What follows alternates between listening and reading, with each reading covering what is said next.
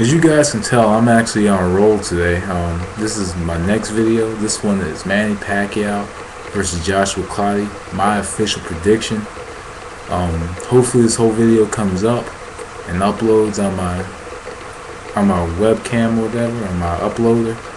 But anyway, this matchup between Joshua Clottey and Manny Pacquiao takes place on March the 13th in Arlington, Texas, near where I live, Cowboys Stadium. Originally this was supposed to be Floyd versus Manny, but it was going to be in Las Vegas. But I guess Clottey was pretty much the next best thing. Clottey, was a tough, rugged opponent for Manny Pacquiao. Guy's never been knocked out. Been knocked down like twice in his career. Once by Miguel Cotto, and another time earlier in his career.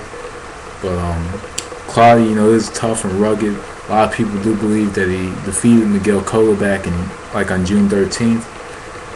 But me, I watched the fight, over and over again. And honestly, sometimes I either have the draw or a point for Miguel Cotto. But honestly, when I look at the fight, it was a fight that Clottey could have won and should have won. And this is before I was making YouTube videos. A lot of people were telling me, man, Cotto was gonna blow by this Joshua Clottey guy, and I always said, Clottey's tough.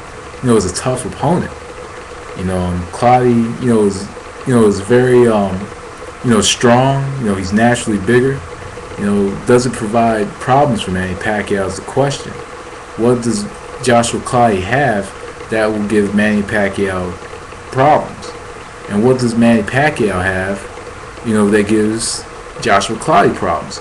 Who has the advantage in this matchup? Who has, who's, it's like this, and this is a matchup of who, not necessarily who's the better boxer, but who's the better fighter.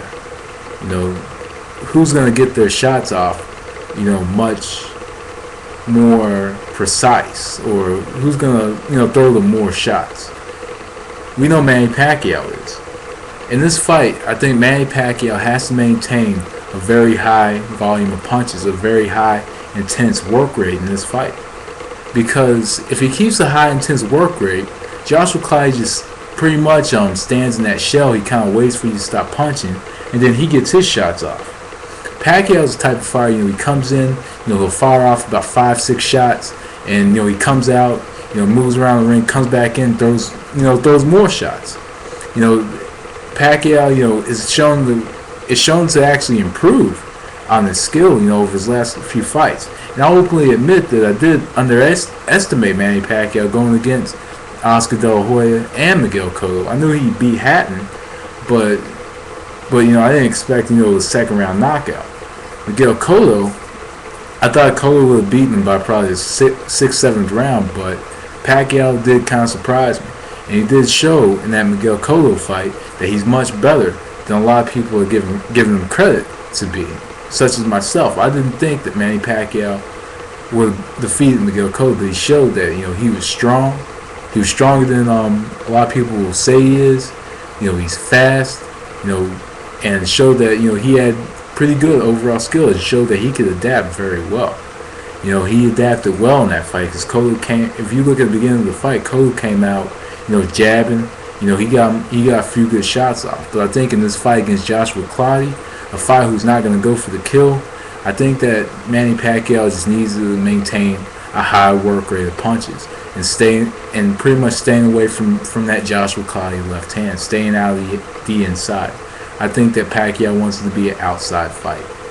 Joshua Clottey, he wants it to be an inside fight. How does Joshua Clottey make it an inside fight? Well, he has to cut off the ring from Manny Pacquiao. He has to cut off the ring, and he has to get his shots off before Manny Pacquiao gets his shots off. Joshua Clottey does a very good job of staying, on the inside and landing his left hand. He's very accurate and very precise with his left hand, and with left hooks on the inside. He could land, he's very good at landing left hooks, and from the inside. The thing with Joshua Clottey though is he when he smells blood, he doesn't go for the kill. And specific fight, he has to go for the kill against Manny Pacquiao. If he smells blood, he has to do a lot more in this fight than he's done in the past to beat Manny Pacquiao. Joshua Clottey has to fight, on the inside, and other than that, he needs to. I do think that Joshua Clottey has a better corner than Miguel Cotto. I think that if Joshua Clottey sees something, like say, with the 70-inch reach compared to Pacquiao's 67, if he could, he's not necessarily an outside fighter, but if he can time Pacquiao coming on the inside, coming in, if he could time Pacquiao and catch him with his right jab coming in, and then follow it up with the left hook, and it could keep Pacquiao on the inside. It could negate his speed. But the question is, will Joshua Clottey do that? If I had to choose for this certain specific fight, if I had to choose a winner for this fight, I'm gonna go with Manny Pacquiao, because Joshua Clottey is shown to have trouble with southpaw fighters with speed. And this is a bad example, but Zab Judah. If you look at the beginning of that fight, Zab Judah was beating Clottey to the punch. He's moving around the ring. He did for the first 2-3 rounds. Zab Judah was winning that fight. Just based on his work rate. He's southpaw, good hand speed. Manny Pacquiao, southpaw, good hand speed. But Manny Pacquiao is going to be there the full 12. He's going to be there the full 12. He has the energy and he has the stamina to go the full 12. So I'm going to go with Manny Pacquiao by unanimous decision in this fight, because I think Clottey is going to be in a lot of trouble standing in that defensive shell, standing in that defensive guard. But I'm going to go with Manny Pacquiao, unanimous decision. But anyway, that was Distance. Thanks for watching. Peace.